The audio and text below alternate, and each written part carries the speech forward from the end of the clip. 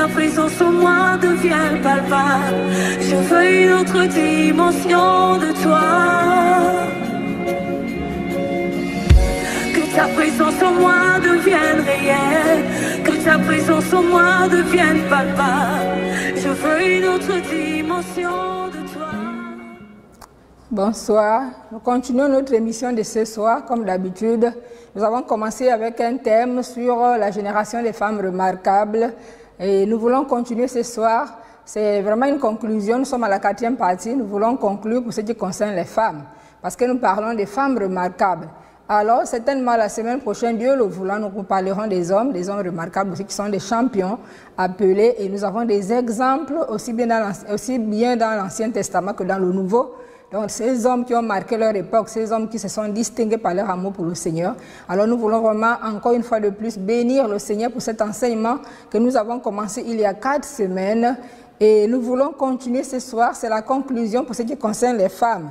Donc, la génération des femmes remarquables, partie 4, nous avions vu qu'il fallait commencer par poser le fondement. Donc, la fondation qui est Jésus-Christ, toute femme qui ouvre son cœur à Jésus, qui le reçoit comme Sauveur et Seigneur. Et ensuite, permettre au Saint-Esprit de travailler cette beauté spirituelle, cette beauté divine, cette beauté intérieure en nous, de telle sorte que nous soyons vraiment semblables à Christ, de telle sorte que nous soyons vraiment des gloires, que nous soyons belles de cœur, que nous soyons des femmes au beau caractère, que nous soyons des femmes douces, des femmes vraiment remarquables déjà par la qualité de notre intérieur, par la qualité de cette beauté divine qui rayonne en nous. Et nous avons vu également qu'en dehors de recevoir Jésus et de laisser le Saint-Esprit travailler cette beauté divine, nous devions alors nous lever pour poser des actes. Dès lors que nous avons rempli ces deux premières conditions, recevoir Jésus comme Sauveur et Seigneur. Ensuite, permettre au Saint-Esprit de vraiment façonner le Christ en nous, de rendre le Christ visible en nous, nous devons nous lever pour poser des actes. Parce que chacune de nous connaît dans quel domaine Dieu l'a appelé, dans quel domaine Dieu l'a équipé. On se dit souvent que l'homme a plusieurs dons qui vont jusqu'à 500, peut-être plus, mais souvent il y a d'autres qui s'expriment plus. Et chacune de nous qui marche avec Dieu, si une femme a donné sa vie à Jésus comme Sauveur et Seigneur, et si une femme marche avec le Seigneur, elle-même, elle sait dans quel domaine Dieu l'a équipée, dans quel domaine Dieu l'a appelée.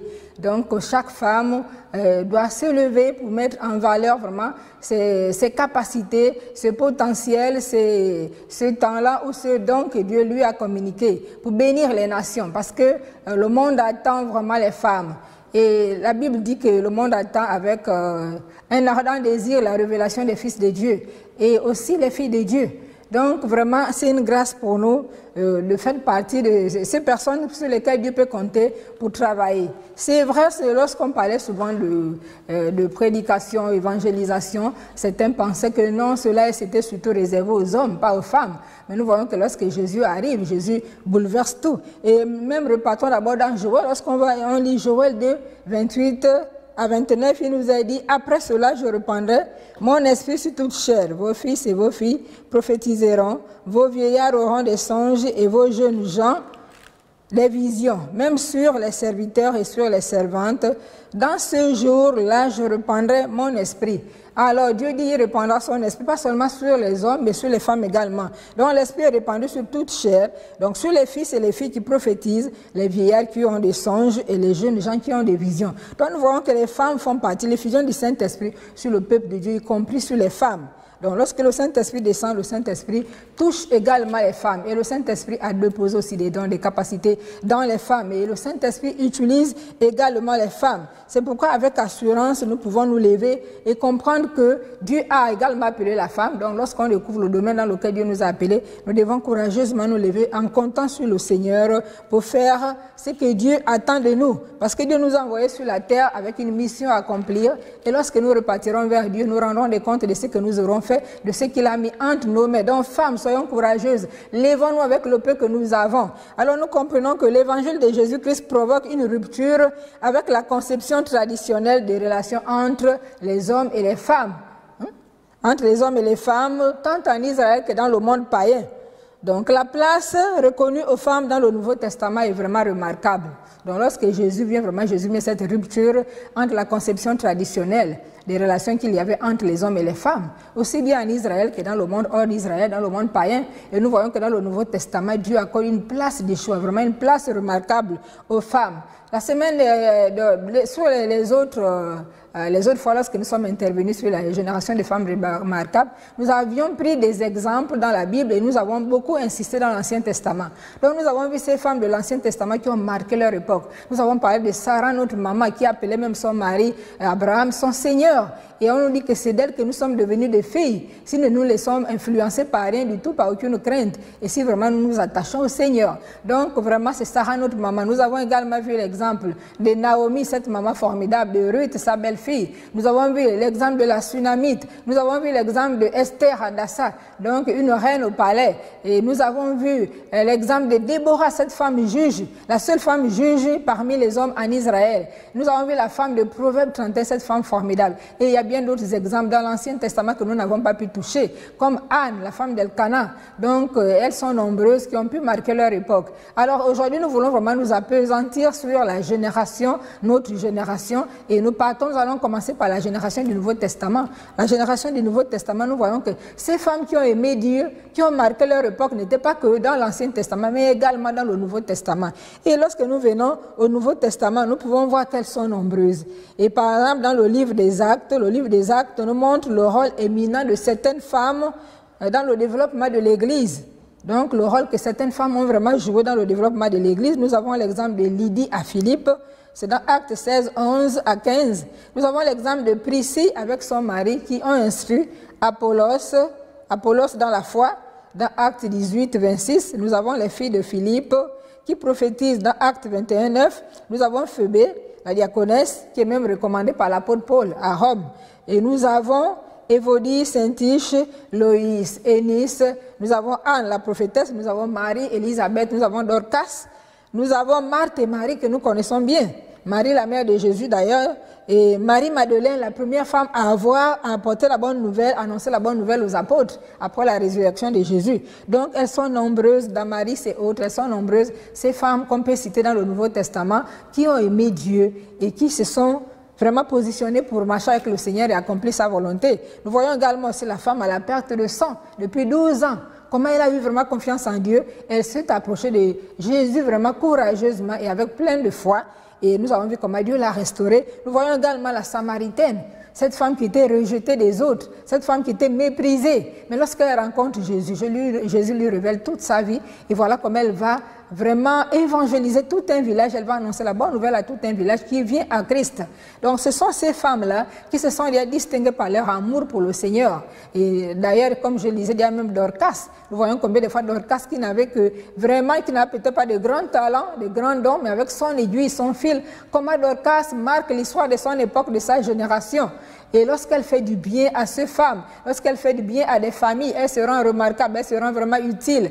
Et nous voyons lorsqu'elle tombe malade, elle meurt combien ses œuvres, vraiment, les gens implorent la grâce de Dieu. Les gens demandent à ce que Pierre arrive pour prier pour elle. Et nous voyons comment est-ce que vraiment cette femme revient à la vie parce que vraiment tout le monde s'est levé dans l'intercession. Les personnes de son époque pour lesquelles elle était utile se sont dit on ne peut pas laisser partir cette femme. Maintenant, ce n'est pas le moment, Seigneur. Il faut qu'elle revienne. Et nous voyons combien de fois Pierre est arrivé, comment Pierre a fait en sorte que le Seigneur ramène vraiment cette servante à la vie. Donc des femmes comme vous et moi, qui ont aimé le Seigneur, qui vraiment ont dépassé leurs craintes, ont dépassé leur peur, ont dépassé leur peut-être faiblesse, ont dépassé leur timidité pour compter sur le Seigneur. Et moi-même, je me le disais déjà, je me disais que lorsque Dieu m'avait pointé du doigt, je me disais que est-ce que j'étais à la hauteur? Je me voyais vraiment pas à la hauteur. Et je me suis mise à prier. Je me suis mise à prier et j'ai commencé à chercher la face de Dieu. Et d'ailleurs, comme je le disais déjà, que ce soir, nous allons nous appesantir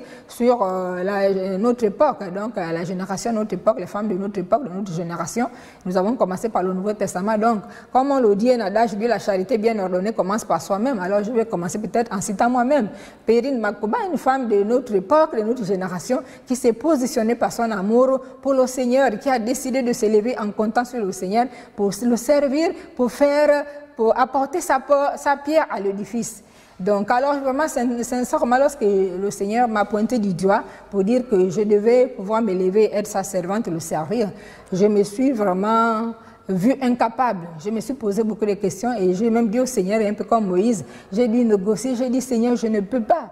C'est vrai qu'on dit que comme tu ne te trompes pas, mais je crois que pour mon cas, Seigneur, je crois que quand même tu t'es trompé parce que j'ai peur, je suis timide, comment est-ce que je vais faire, par où je vais commencer? Et je commençais à me regarder, je me suis dit, je n'ai pas de grandes capacités, je n'ai pas de grandes facultés, je n'ai pas vraiment peut-être ce que les autres ont, ce que les autres qui s'élèvent ont. Et vraiment, le Seigneur m'a parlé, le Seigneur m'a dit, va avec cette force que tu as, comme il l'a dit à Gédéon. Gédéon, dans Juge 6, il a dit à Gédéon, va, tu battras les Amalécites. Avec cette force que tu as, alors Dieu m'a dit, ne cherche pas à avoir de grandes performances, une grande éloquence, peut-être de grandes connaissances, de grandes capacités, mais accepte-toi avec le peu que tu as en tes mains, vas-y avec cette force que tu as, commence. Alors ma sœur, souvent nous tournons en rond et nous sommes là en train d'hésiter à lutter avec le Seigneur, parce que nous nous regardons, non, je n'ai pas une bonne expression, je n'ai pas un grand niveau intellectuel, je ne connais pas bien m'exprimer en français, je n'ai pas une culture, une grande culture, je n'ai pas... On trouve vraiment beaucoup d'excuses et puis on est là, on dit au Seigneur, mais je ne peux pas, je ne peux pas. Mais le Seigneur nous fait comprendre ce soir que ce n'est pas nous, par notre force. Ce n'est ni par la force, ni par la puissance, c'est par l'Esprit de Dieu. Si nous acceptons simplement de nous lever, de faire confiance au Seigneur, de faire ce qu'il nous demande de faire, nous allons être surprises, mes sœurs, de voir que le reste, c'est le Saint-Esprit qui fera. Quand j'entendais les grandes femmes de Dieu prêcher, dire, mais non, n'ayez pas peur, quand Dieu vous appelle, il suffit de répondre à l'appel et le reste, vraiment, c'est l'œuvre du Saint-Esprit. Et je me disais, oui, waouh, Seigneur, vraiment. Et effectivement, le Saint-Esprit fait le reste. Si nous nous confions à lui et nous décidons de faire ce que Dieu nous demande de faire, le Saint-Esprit fait le reste. Parce que nous, sans Dieu, nous ne pouvons rien faire. La Bible le dit dans Jean 15, au verset 5, il dit, « Car sans moi, vous ne pouvez rien faire. » Donc voilà pourquoi je le disais déjà, donc je me suis citée, donc Perrine Makouba, une femme de son époque qui a décidé de se positionner par son amour pour le Seigneur, pour marquer les nations. Alléluia. Seigneur, merci de m'avoir choisi. Je me suis longtemps vue comme une femme incapable, mais par ta grâce, je me lève aujourd'hui. Je peux encourager une vie. Je peux apporter, Seigneur, ta parole à quelqu'un. Je peux apporter, Seigneur, un encouragement à quelqu'un. Je peux apporter de la joie quelque part. Alors je te bénis. Alors comme je le disais déjà que un adage dit que la charité bien ordonnée commence par soi-même. Alors en dehors de moi, cette femme remarquable qui a décidé de se positionner pour marquer son époque, je vais citer des femmes championnes qui sont là. Alors elles sont nombreuses. Nous avons après moi, il y a Constance Rachua, il y a Augustine Matsuru, il y a Olive Djibi, il y a Nelly Pemé, Gertrude Midiba, Emedia Ogula, nous avons Claire Isenge, Yolande Penje, nous avons Sylvia Nakambi, Léa Mwele, nous avons Amélie Nzuba, nous avons Estelle Mungala, nous avons Nicole Boulingi, nous avons, elles sont nombreuses, vraiment elles sont nombreuses, Ruth Mbaou, Tanguy Akamba, Nadia Kamambou, nous avons Vanessa, nous avons Marie-France Collard, nous avons Karine, Daisy, nous avons, vraiment elles sont nombreuses, Nadège, et vraiment elles sont nombreuses, ces femmes qui est appelée à marquer leur génération. Donc ces femmes championnes, ces femmes remarquables. Pourquoi elles sont championnes, pourquoi elles sont remarquables? Simplement parce qu'elles ont accepté de s'ouvrir à Christ, de laisser le Saint-Esprit travailler librement et de se lever, de faire ce que Dieu leur a demandé de faire en comptant sur l'action du Saint-Esprit, en comptant sur le Seigneur lui-même. Donc elles sont nombreuses. Alors toutes ces femmes que je n'ai pas pu citer ce soir, les femmes championnes sont très nombreuses. Alors certainement je trouverai une occasion de pouvoir citer progressivement certaines d'autres. Bon, mais nous bénissons le Seigneur. Donc nous sommes vraiment nombreux, ces femmes qui ont décidé de se positionner pour marquer leur époque. Donc ces femmes championnes, ces femmes remarquables, vraiment nous bénissons le Seigneur pour ce courage qu'il nous a donné, pour cette force qu'il nous a donné, pour cette détermination qu'il nous a donné. Alors vraiment nous voulons louer le Seigneur. Et nous voyons que Jésus est fier de voir la femme le servir. Jésus est vraiment fier de voir la femme le servir. Contrairement aux usages, Jésus ne craignait pas d'avoir les femmes parmi ses disciples. Jésus ne craignait pas d'avoir les femmes parmi ses disciples. Au contraire, nous voyons, même dans le livre de Luc, ces femmes qui ont accompagné Jésus, qui ont soutenu le ministère de Jésus, qui étaient là. Nous voyons vraiment ces femmes formidables qui étaient là. Donc Jésus ne craignait pas d'avoir des femmes parmi ses disciples. Donc Jésus compte sur la femme. Alors ma sœur, nous sommes restés longtemps, nous sommes étendus sur le sujet de la génération des femmes remarquables. Et nous avons vraiment eu plusieurs exemples de ces femmes qui ont impacté leur temps. Aujourd'hui, Dieu s'adresse à toi. Toi qui es certainement Suzanne, certainement tu es Pauline, certainement tu es Pulchérie, tu es Hortense, tu es Stella. Et voilà, j'allais même oublier de citer notre mère, notre formidable maman, maman Hortense Karambiri, cette femme remarquable qui marque son époque, qui bouleverse sa génération par son amour pour le Seigneur, par son positionnement, par ses œuvres. Oh, alléluia, cette maman qui ne cesse de nous encourager, qui ne cesse de nous accompagner. Oh, nous bénissons le Seigneur pour cette femme vraiment formidable. Alors vraiment, nous voulons encourager ce soir. Toi qui nous suis, ma sœur, je ne sais pas ce que Dieu t'a dit, je ne sais pas quelles sont les raisons que tu trouves, mais nous voulons te dire ce soir que tout ce que Dieu nous demande, c'est simplement de lui faire confiance. De simplement, si nous avons ouvert nos cœurs à Jésus comme Sauveur et Seigneur, si nous l'avons reçu, si nous avons laissé le Saint-Esprit nous façonner, nous bâtir, et si nous avons su, nous savons désormais dans quel domaine Dieu nous a équipés, c'est à quoi Dieu nous a appelés, nous devons nous lever courageusement parce que ce n'est pas par nos propres efforts, mais par l'Esprit de Dieu. Alors toi qui m'écoutes, ma soeur, ce soir, certainement toi tu n'as pas encore donné ta vie à Jésus comme Sauveur et Seigneur, tu dis waouh, c'est formidable ce que cette femme est en train de dire. Je m'irai faire partie de ces femmes vraiment remarquables, de ces femmes formidables, de ces femmes appelées par Dieu. C'est simple, ma soeur. Il suffit de te tourner vers le Christ, ouvrir ton cœur à Jésus comme Sauveur et Seigneur, décider de le recevoir et de faire de lui ton Sauveur, ton Seigneur. Il viendra vivre en toi et il va commencer à déployer le programme qu'il a pour ta vie. Il va te le révéler, il va déployer cela, il va te vraiment peut-être se capaciter ce programme qu'il a déjà accompli à la croix de Golgotha, mais qui ne se réalise pas dans ta vie simplement parce que tu es encore loin de Dieu. Si tu te rapproches de lui, tu le reçois comme Sauveur et Seigneur, alors il te montrera ce qu'il a pour toi en réserve, son plan pour ta vie. Et tu verras combien de fois les choses seront merveilleuses, formidables pour toi. Tu verras, Seigneur, une autre page de ton histoire s'ouvrir, une autre page de ton histoire s'écrire. Et tu dirais, waouh, alléluia, tu vas témoigner de l'amour de Christ. Donc c'est facile, c'est simple, il suffit d'ouvrir son cœur à Jésus, de l'aimer, de s'abandonner à son action, de se soumettre à sa parole. Et puis Dieu nous parle, Dieu nous montre la voie à suivre et Dieu lui-même nous conduit, il nous dirige. Alors nous voulons vraiment bénir le Seigneur.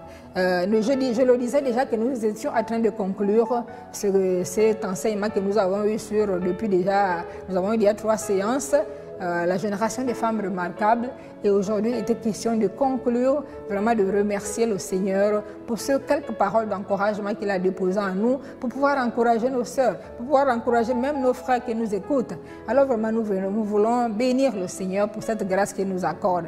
C'est vraiment une grâce lorsque Dieu te pointe du doigt pour te choisir, lorsque Dieu cogne à la porte de ton cœur, lorsque Dieu te choisit, il te tient par la main et il fait de toi son collaborateur ou sa collaboratrice. C'est formidable, c'est une grâce. C'est vraiment une grâce d'être choisi par le roi des rois, le Seigneur des seigneurs, l'homme le plus important du monde. Est-ce que je vais l'appeler l'homme parce que lorsque Jésus est venu sur la terre, il était 100% Dieu, 100% homme.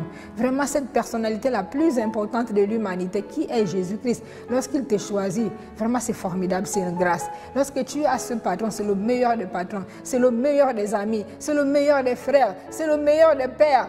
Oh Jésus et tout, lorsqu'il arrive dans ta vie ne sera plus jamais la même. Alors nous voulons vraiment bénir le Seigneur ce soir, qu'il fasse de nous des femmes courageuses, qu'il fasse de nous des femmes qui s'abandonnent à lui, qu'il fasse de nous des femmes qui aiment sa parole, des femmes imbibées de son esprit, des femmes qui acceptent de s'élever, des femmes qui acceptent de poser des actes. Parce que dans le livre de Jacques, il nous est bien sûr dit, comme je le rappelle souvent, que la foi sans les œuvres est morte. Vraiment que le Seigneur nous aide. Alors ce soir, nous voulons vraiment élever nos voix. Nous voulons prier et nous voulons demander que Dieu utilise chacune de nous comme il a décidé de le faire, comme il a prévu de le faire, que ce soit au niveau de ta maison, que ce soit au niveau de ton voisinage, que ce soit au niveau de ton lieu de travail, que ce soit dans la rue, que ce soit dans ta famille, dans ta belle famille, peu importe là où tu te trouveras, mais que tu serves à la gloire de Dieu, que tu serves pour la bénédiction des nations. Lorsque nous lisons Apocalypse au chapitre 22, le verset 2, il nous a dit qu'au milieu de la ville et sur les bords du fleuve, il y avait un arbre de vie, et ses feuilles servaient à la guérison des nations. Et cet arbre n'est autre que Jésus-Christ. Si Jésus-Christ est à nous, nous sommes cet arbre-là, Jésus est à nous. Donc, les feuilles de cet arbre servent à la guérison des nations. Donc, le monde attend la femme qui aime Dieu, la femme qui craint Dieu, la femme remplie du Saint-Esprit, la femme qui a décidé de s'élever. Le monde t'attend, ma soeur, le monde nous attend pour sa guérison. Les gens vivent dans des situations compliquées, dans la peur, dans les maladies, dans les soucis, dans des angoisses, dans vraiment des situations terribles. vraiment dans ce monde qui ne sait plus à qui c'est vers qui s'est tourné. Aujourd'hui, on parle de la pandémie, du coronavirus, donc cette crise sanitaire. Le monde est perdu, le monde ne sait plus quoi faire. Mais nous avons Jésus-Christ. Et toutes ces personnes qui ont Jésus savent que vraiment, elles ont une paix immense. Elles sont dans la tranquillité, dans la stabilité, même lorsque ça bouge dans le monde, lorsque partout ça siffle, lorsque partout il y a des perturbations. Mais ces personnes ont la paix, ces personnes ont la stabilité. Donc vraiment, l'Église est le baume qui guérit ce monde. L'Église est la solution aux maux de ce monde. L'Église constitue ces feuilles, cet arbre qui guérit les nations. Donc, les nations attendent l'Église et les nations attendent particulièrement la femme chrétienne remplie de l'Esprit qui a décidé volontairement de s'élever. Alors ce soir, nous voulons prier que le Seigneur nous aide, vous et moi, mes sœurs, à pouvoir être courageuses, à pouvoir nous lever, à pouvoir faire le peu que Dieu nous demande de faire. Le reste, Dieu fera. Certainement, nous allons commencer peu, mais avec le temps, Dieu peut amplifier, Dieu peut ouvrir notre chemin et Dieu peut nous amener plus haut. Alors nous voulons vraiment bénir le Seigneur ce soir pour la grâce qu'il nous accorde d'être choisis, pour la grâce qu'il nous accorde de pouvoir participer à son œuvre, de pouvoir aller sur le terrain, de pouvoir apporter ce baume qui guérit, de pouvoir être la solution, vraiment la guérison pour les nations, la guérison pour nos familles. Nous voulons vraiment bénir le Seigneur ce soir. Seigneur, nous te bénissons ce soir parce que tu es le véritable. Tu es le roi des rois, tu es le Seigneur des seigneurs, tu es le bon berger, tu es l'étoile brillante du matin. Oh Seigneur, nous te disons merci parce que tu as choisi la femme, tu as pensé à la femme lorsque la femme était oubliée, Seigneur, lorsque tu es mort. Tu as redonné, Seigneur, vie à la femme. Tu as revalorisé la femme, tu as repositionné la femme, tu l'as nettoyée, tu l'as remplie, Seigneur, tu l'as équipée, tu l'as appelée. Seigneur, tu comptes sur la femme, Seigneur, pour bénir les nations. Tu comptes sur la femme pour guérir, pour délivrer, pour sauver. Tu comptes sur la femme. Oh Seigneur, nous voulons fixer nos regards sur toi parce que nous savons que sans toi, Jésus, nous ne sommes rien. Sans toi, la femme n'est rien. C'est toi qui es venu, Seigneur, redonner vie, un sens à la vie de la femme. Seigneur, c'est pourquoi nous voulons regarder à toi. Nous nous attendons à toi, Seigneur. Nous voulons t'aimer. Nous voulons nous laisser remplir par toi. Nous voulons nous laisser influencer par toi. Nous voulons te laisser bâtir nos vies. Et nous voulons nous laisser conduire par toi. Seigneur, utilise-nous. Utilise-nous, Seigneur. Oh Jésus, nous savons que tu nous aimes. Et Seigneur, ce que tu as prévu faire au travers des femmes, tu le feras. Nous te bénissons pour ton action puissante. Seigneur, au travers de la vie des femmes, au travers des femmes. Seigneur, tu vois ces femmes qui vivent dans des difficultés. Seigneur, il n'y a que toi pour les sortir de là. Tu vois ces femmes, Seigneur, dont les foyers sont malades. Tu vois ces femmes qui n'ont pas d'emploi. Ces femmes aux enfants rebelles. Ces femmes qui ont perdu les maris, les chefs de famille. Ces femmes qui sont livrées elles-mêmes. Et même ces femmes qui sont dans la paix, la stabilité, qui ont de bonnes situations, qui pensent qu'à cause de leur situation, elles n'ont pas besoin de toi. Seigneur, nous te confions sur tout type de femmes. Oh Dieu, nous savons que tu as un plan merveilleux pour chaque femme dans cette nation, le Gabon, pour chaque femme en Afrique, pour chaque femme à travers le monde. Et nous te bénissons et pour ces hommes qui nous accompagnent, ce merveilleux champion. Nous te bénissons, Seigneur, pour ta grâce qui demeure sur nos vies. Oh Seigneur, merci pour ce soir encore. Que l'honneur et la gloire te soient rendus. Nous prions ce soir au nom de Jésus. Amen. Nous avons terminé pour ce soir. Nous nous retrouvons la semaine prochaine. Notre émission pour le moment passe un vendredi sur 2 jusqu'à nouvel ordre. Merci.